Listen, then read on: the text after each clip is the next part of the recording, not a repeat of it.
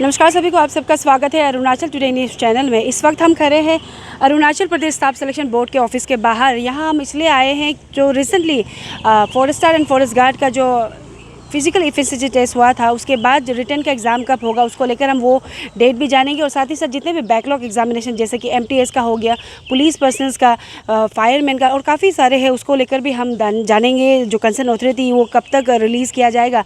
और साथ ही मैं बता देना चाहती हूँ कि जो बोर्ड के सेक्रेटरी के द्वारा कहा गया था कि जल्दी ही जो एनुअल कैलेंडर है, जिससे जो कैंडिडेट है, एस्पायरिंग कैंडिडेट्स, उन्हें फ़ायदा होगा कि एग्जैक्टली उन्हें पता चलेगा कि कौन सा एग्ज़ाम कब कंडक्ट होगा, वो सब भी पता चलेगा। तो आज इसलिए हम यहाँ जो ऑफिस में जाकर जो कंसर्न अथॉरिटी उनसे जानेंगे कि ये सब कब होगा और डिटेल जानेंगे। चलिए सर, सबसे पहले तो एपीएसएसबी टीम को कॉन्ग्रेचुलेशन कहना चाहूँगी, क्योंकि कल सिविल सर्विसेज डे में आप सबको chief minister award for excellence in public administration दिया, उसके लिए आपकी टीम को कॉन्ग्रेचुलेशन करना चाहूँगी। और सर, मेरा पहला सवाल रहेगा, सर रिसेंटली जो फिजिकल एफिशिएंसी टेस्ट हुआ था फॉरेस्टर्स के लिए, फॉरेस्ट गार्ड के लिए, तो उसका रिटन एग्ज़ाम कब होगा? कुछ नोटिफिकेशन निकला है ऐसे सुनने में आया, तो उसको थोड़ा सा ब्रीफ कर दीजिए, कब होगा, क्या क्या होगा? Thank you madam. सबसे पहले तो मैं भी इस अपॉर्चुनिटी को लेना चाहूँगा कि जो आपने बोला एपीएसएसबी टीम को CM award of excellence in public administration मिला है,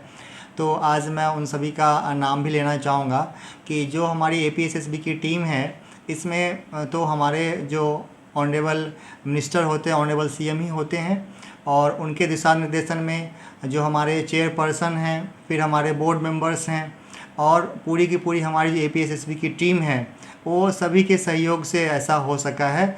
और आपने देखा होगा कि पिछले साल जो एक साल में हम लोगों ने 8 एग्ज़ाम कराए थे और सभी का रिज़ल्ट जो है सक्सेसफुली हुआ था। उसमें से कुछ एग्ज़ाम्स का रिज़ल्ट तो हम 24 आवर्स में हमने दिया था ना। उसके अलावा भी जैसे लोगों को लगता है कि सिर्फ एपीएसएसबी का यहीं पे जो टीम है वही है, लेकिन आप देखेंगे कि एक एग्ज़ाम को कंडक्ट कराने में बहुत सारे ऑफिसर्स इन्वॉल्व होते हैं, लोग इन्वॉल्व होते हैं।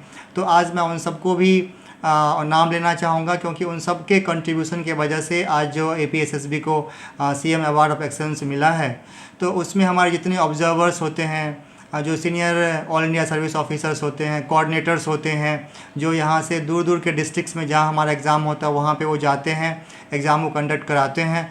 उसके बाद आप देखेंगे तो ज़िला की पूरी टीम होती है, डीसी होते हैं, एसपी होते हैं, नोडल ऑफिसर्स होते हैं, और हर एक जगह पे जहाँ एग्ज़ाम सेंटर्स होता है वहाँ के सेंट्रल सुपरिटेंडेंट होते हैं, इन्विजिलेटर्स होते हैं। और कैपिटल में भी आप देखेंगे, खास के कैपिटल के जो डीसी हैं और एसपी हैं, क्योंकि यहाँ पे बहुत बड़ा एग्ज़ाम्स का जो नंबर्स होते हैं कैंडिडेट्स का वो ज़्यादा होता है कैपिटल्स में। और इस बार आपने देखा कि एलडीसी में एग्ज़ाम कराना बहुत ही चैलेंजिंग था कैपिटल में, क्योंकि इतने सारे कैंडिडेट्स थे और हमारे पास उतना इंफ्रास्ट्रक्चर नहीं होता है, और लॉ एंड ऑर्डर का भी बहुत बड़ा इशूज होता है। तो आज इस मौके पे मैं उन सभी लोगों को एपीएसएसबी टीम की तरफ से थैंक यू बोलना चाहता हूँ कि आप सभी के डेडिकेशन और जो आपने फेयरनेस एग्ज़ाम कराने के लिए जो मेहनत करते हैं, हार्डवर्क करते हैं, उन सब के वजह से आज एपीएसएसबी यहाँ पे पहुँचा है। और पूरे कंट्री में इसका एक नाम है in terms of fairness, transparency और मेरिट बेस्ड एग्ज़ाम जो सिलेक्शन हो रहा है उसके लिए। तो उन सबको इस मौके पे मैं थैंक यू बोलना चाहूँगा। और मैं ये कहना चाहूँगा कि आगे भी पूरी टीम जो है, और जब मैं टीम कहता हूँ एपीएसएसबी का, तो उसमें सारे लोग इन्वॉल्व होते हैं, right from the board to the district level officials and functionaries. तो उन सब के प्रयासों की वजह से ऐसा हुआ है।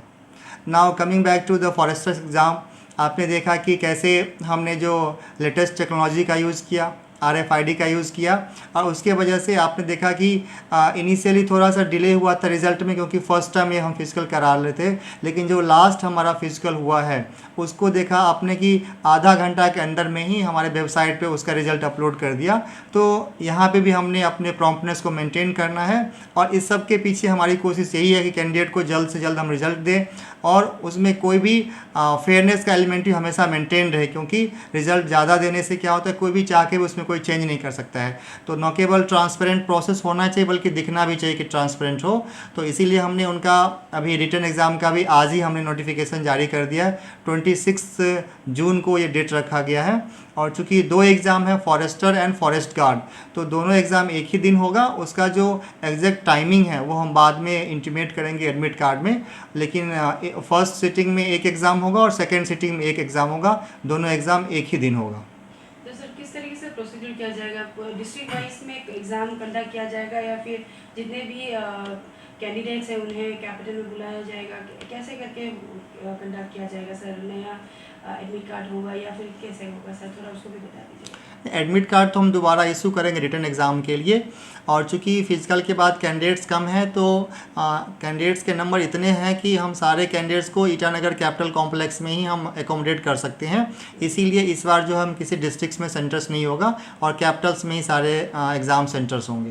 जी, तो ये सर जैसे आपने कहा 26 जून 2022 को एग्जामिनेशन होगा सर, एक ही दिन होगा ना ये? हाँ, एक ही दिन एग्ज़ाम होगा। और सर रिजल्ट का क्या अपडेट होगा? एक दिन में निकलेगा कितना? रिज़ल्ट को तो आप जानते हैं कि हमारा जो प्रोसेस होता है बहुत ही फास्ट होता है। तो हमारी कोशिश होती है कि अगर कैपिटल में एग्ज़ाम होता है तो सेम डे ही हमारा कोशिश होती है हमारी रिज़ल्ट को अनाउंस कर दे। और जब कैपिटल के बाहर होता है तब क्या होता है कि चूँकि यहाँ पे अपने अरुणाचल में डिस्ट्रिक्ट्स बहुत दूर दूर हैं और वहाँ से एग्ज़ाम मटेरियल्स लाने में ही हमें एक दिन एक्स्ट्रा चला जाता है। इसकी वजह से थोड़ा सा डिले होता है। बट जब भी कैपिटल में एग्ज़ाम करते हैं तो हमारी कोशिश होती है कि सेम डे हम रिज़ल्ट को निकालें। जी सर, जैसे फॉरेस्टर एंड फॉरेस्ट गार्ड का जो एग्जामिनेशन था वो भी बैकलॉग वाला ही था, उन्हीं में से आप लोग ने इसे कंडक्ट कराया। तो सर रिमेनिंग जैसे एमटीएस का हो गया, अगेन फायरमैन का, पुलिस पर्सन का, कांस्टेबल वगैरह का भी काफ़ी अभी भी बैकलॉग बचा हुआ है। तो सर कब तक ये कंप्लीट होगा, कैसे करके करेंगे सर? उसको भी थोड़ा अगर आप डिटेल कर पाए सर।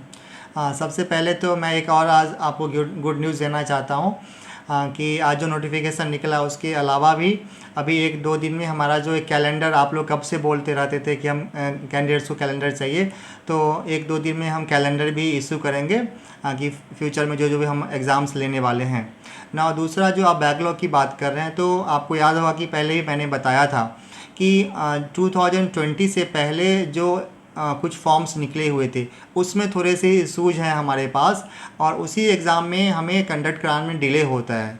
उसका मेन रीज़न ये है कि उस समय चूँकि बोर्ड नया बना ही था तो कुछ एग्ज़ाम्स में रिक्रूटमेंट रूल्स में थोड़ा सा चेंज करना है, एग्जामिनेशन पैटर्न को नेशनल लेवल का बनाने के लिए, जो रेलेवेंट है आज के डेट में वैसा बनाने के लिए, क्योंकि हमारे पास जो आरआर आए थे वो पुराने थे, उसके वजह से डिले हो रहा है। और यही कारण है कि आपने देखा होगा कि फॉरेस्ट के एग्ज़ाम में डिले हुआ, लेकिन ये पूरा हो गया। नाउ अब सिर्फ जो हमारे पास पुराने एग्ज़ाम्स बचे हुए हैं वो सिर्फ पुलिस के हैं और एमटीएस के हैं, इस तरह के एग्ज़ाम बचे हुए हैं।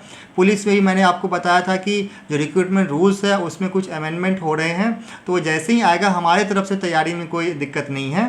और मैंने आपको बताया था पहले भी कि बोर्ड के पास एट प्रेजेंट ऐसी कैपेबिलिटी है कि 45 डेज़ के अंदर हम कोई भी एग्ज़ाम करा सकते हैं।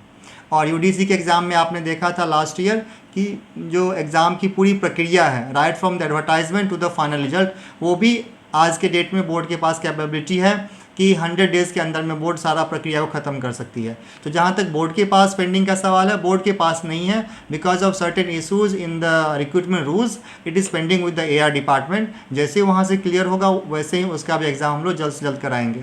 सर जैसे आपने अभी मेंशन किया कि जो अभी पेंडिंग कोई है नहीं अभी बोर्ड में, लेकिन लास्ट टाइम जो police person and fire service का लेकर जो बेसिकली आरआर को लेकर जो है रिक्रूटिंग रूल को लेकर सर हमने फॉलो अप न्यूज़ बनाया था, तो आरआर से उसे प्रोसीड कर दिया गया है लॉ डिपार्टमेंट में। तो सर बोर्ड की तरफ से सर कुछ इनिशिएटिव या फिर कुछ पूछताछ की गई है कि कब तक वो चीज़ मतलब कंप्लीट होगा? क्योंकि कहीं ना कहीं उन्हें कोई जो कैंडिडेट है उन्हें कोई नहीं कह रहे हो दूसरे डिपार्टमेंट को, क्योंकि कहीं ना कहीं बोर्ड को ही सवाल आ रहे हैं कि कब कंप्लीट होगा, पुलिस पर्सन का, इवन लाइक फायरमैन का भी। तो ये बोर्ड की तरफ से कुछ फॉलो अप किया गया है कि कहाँ तक पहुँचा है वो आरआर रूल का अपडेट को लेकर सर?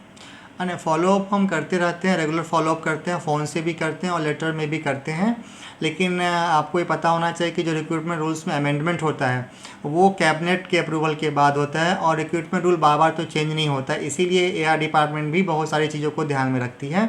तो ये सही है कि कैंडिडेट्स को लगता है उनके लिए तो बोर्ड ही मेन है कि बोर्ड ने उनको जो एडवर्टाइजमेंट निकाला था, उन्होंने एप्लीकेशन फॉर्म भरा है, तो उनके लिए बोर्ड ही इंपॉर्टेंट है। लेकिन हम ये कहना चाहते हैं कैंडिडेट से कि हमारे पास ऐसा कुछ भी ऐसा नहीं होता है जिसको हमें हाइड करना है। हम चाहते हैं कि बोर्ड बिल्कुल ट्रांसपेरेंट रहे और बोर्ड में क्या हो रहा है वो कैंडिडेट्स को पता चले।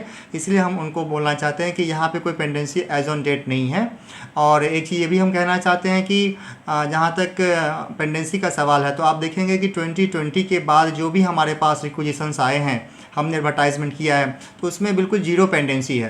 21 में जो भी हमने एडवर्टाइजमेंट निकाले थे, जो फ्रेश एडवर्टाइजमेंट थे, सारे के रिक्रूटमेंट हो चुके हैं और कैंडिडेट ने ज्वाइन भी कर लिया है। तो बोर्ड का जो लेवल है फास्टनेस का वो ये है। तो सिर्फ पिछले जो एग्ज़ाम हम नहीं कराए उसके बेसिस पे कैंडिडेट्स को ये नहीं सोचना चाहिए कि बोर्ड जानबूझ के डिले करती है। उसके सर्टेन इशूज़ है वो भी हम समय पे जब भी आप लोगों ने पूछा है आपके माध्यम से हमने कैंडिडेट को बताने का काम किया है। तो जल्दी होगा, डिले हो रहा है लेकिन वो भी जल्दी होगा आई थिंक, क्योंकि जो एआर डिपार्टमेंट है, every department is thinking of the candidates only. तो सभी लोग चाहते हैं कि एग्ज़ाम जल्दी हो, बट आरआर का प्रोसेस थोड़ा सा कॉम्प्लेक्स हो जाता है, इसके वजह से थोड़ा सा डिले हो रहा है। सर आखिर में दुख का बात कहें या फिर क्या कहें सर, क्योंकि आपका ट्रांसफ़र ऑर्डर भी निकल चुका है, आप दिल्ली जाने वाले हैं, तो आखिर में सर आप as a secretary and examination controller APSSB के आप बैठे थे, तो काइंड ऑफ लाइक आप मैसेज या कुछ आप कहना चाहेंगे यहाँ के लोगों को या फिर जो भी एस्पायरिंग कैंडिडेट्स जो बोर्ड में एग्ज़ाम देने वाले हैं सर? हाँ ठीक है, आपने सही सवाल पूछा है। दो तीन चीज़ मैं शेयर करना चाहूँगा। सबसे पहली बात तो मैं ये कहना चाहूँगा कि मेरा जो भी टेन्योर रहा अरुणाचल में और ख़ास के Arunachal Pradesh staff selection board में बहुत ही सेटिस्फाइंग रहा, बहुत ही अच्छा रहा। और आज जब मेरा ट्रांसफ़र ऑर्डर आया है तो आज आई कैन से प्राउडली कि हमारी पूरी टीम ने, जिसका मैं भी एक पार्ट रहा हूँ और मैंने भी पूरी कोशिश की है, ऐसे लेवल पे हमने पहुँचाया है कि पूरे कंट्री में हमारा बोर्ड का एक लीडिंग बोर्ड्स में नाम आता है, आज के डेट में नेशनल लेवल पे आता है। तो ये बहुत ही प्राउड मोमेंट की बात है। पहला चीज़ मैं कैंडिडेट से ये कहना चाहूँगा कि सबसे पहले तो हमें जो गवर्नमेंट ऑफ अरुणाचल है उनको थैंक यू बोलना चाहिए कि ये जो डिसीजन हुआ था गवर्नमेंट ऑफ अरुणाचल का, वो बहुत ही लैंडमार्क डिसीजन था 2018 में, बल्कि बहुत ही क्रांतिकारी डिसीजन था APSSB को बनाना। क्योंकि हम लोग जब कंट्रीज़ में देखते हैं दूसरे स्टेट्स में भी, तो बहुत जगह आप देखेंगे कि इवन बड़े बड़े स्टेट्स में बोर्ड्स आज के डेट में हैं ही नहीं।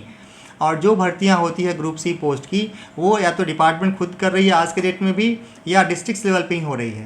तो अगर सारा सिनारियो को हम देखते हैं, कॉन्टेक्स्ट में देखते हैं कि एक तरफ अपने अरुणाचल का जो अरुणाचल प्रदेश है नॉर्थ ईस्ट में है, अपना अरुणाचल प्रदेश बहुत सारे पैरामीटर्स में अभी बहुत कुछ इम्प्रूवमेंट बाकी है, लेकिन एक ऐसा एरिया है, एक ऐसा डोमेन है रिक्रूटिंग प्रोसेस का, रिक्रूटमेंट एजेंसी का, इस मामले में अरुणाचल देश में जो है लीड कर रहा है पूरे कंट्री में, अलग दूसरे स्टेट्स में। तो ये बहुत ही प्राउड मोमेंट की बात है और इस सब का क्रेडिट कहीं ना कहीं गवर्नमेंट को जाता है। गवर्नमेंट में एक बोल्ड डिसीजन लिया कि हमें APSSB को बनाना है, एग्ज़ाम को स्ट्रीमलाइन करना है और मेरिट पे एग्ज़ाम कराना है। तो ये है। और दूसरा कि चूँकि ऑर्गेनाइजेशन नया था, इसीलिए इनिशियली जो भी इशूज हुआ, चाहे LDC एग्ज़ाम का इशू हो, वो उसका मेन रीज़न ये भी था कि कोई भी ऑर्गेनाइजेशन जब बनता है तो इट टेक्स टाइम। हमारे पास उनके रूल्स बनाने होते हैं, रेगुलेशंस बनाने होते हैं, यहाँ के जो ऑफिसर्स हैं, स्टाफ है, उनको एग्ज़ामिनेशन प्रोसेस के बारे में समझने में समय लगता है, क्योंकि ये जो हमारा APSSB है ये कोई दूसरा डिपार्टमेंट नहीं होता है। तो यहाँ के लोगों को भी समझने में समय लगता है, तो हम किसी को ब्लेम नहीं कर सकते हैं। लेकिन जो प्राउड मोमेंट है या जो गर्व करने की बात है वो ये है कि जो एक ऐसा ऑर्गेनाइजेशन है जो सिर्फ 2018 में बना है और 3 साल के अंदर में आज पूरे देश में लीड कर रहा है रिक्रूटमेंट के मामले में, फेयरनेस के मामले में, ट्रांसपेरेंसी के मामले में, क्योंकि यही एक ऐसा बोर्ड है दिस आई कैन वाच कि मैंने अभी तक नहीं सुना है कि ऐसा कोई बोर्ड या कमीशन है पूरे कंट्री में जो टोटल ट्रांसपेरेंसी की बात करता है, जहाँ पे 0 RTI है, 0 कोर्ट केसेस हैं। तो ये कहीं ना कहीं पूरे अरुणाचल के लिए और हमारे कैंडिडेट्स जो अरुणाचल प्रदेश के यूथ हैं उनके लिए बहुत ही गर्व की बात है।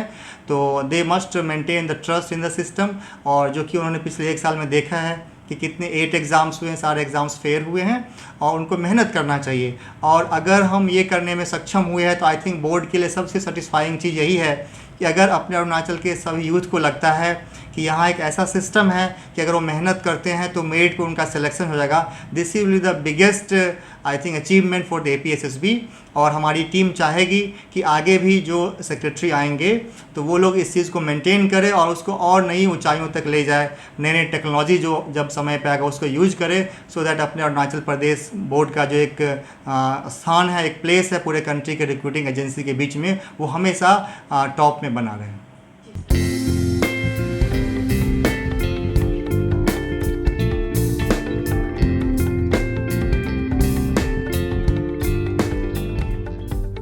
Tang rong sama tang samung mo rang rong nei rang banga April rang nei janglang hana tawan thale.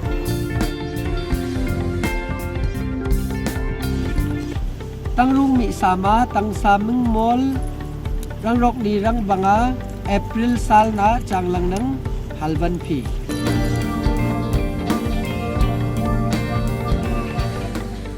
Bachang rong ni banga April momo le chenglang yang thokpai. Sedok mo 25 April sa Changlang nang tangsa mo morang mo thokla ho. We heartily welcome you on the auspicious occasion of Momo 2022 at Changlang headquarters. Thank you.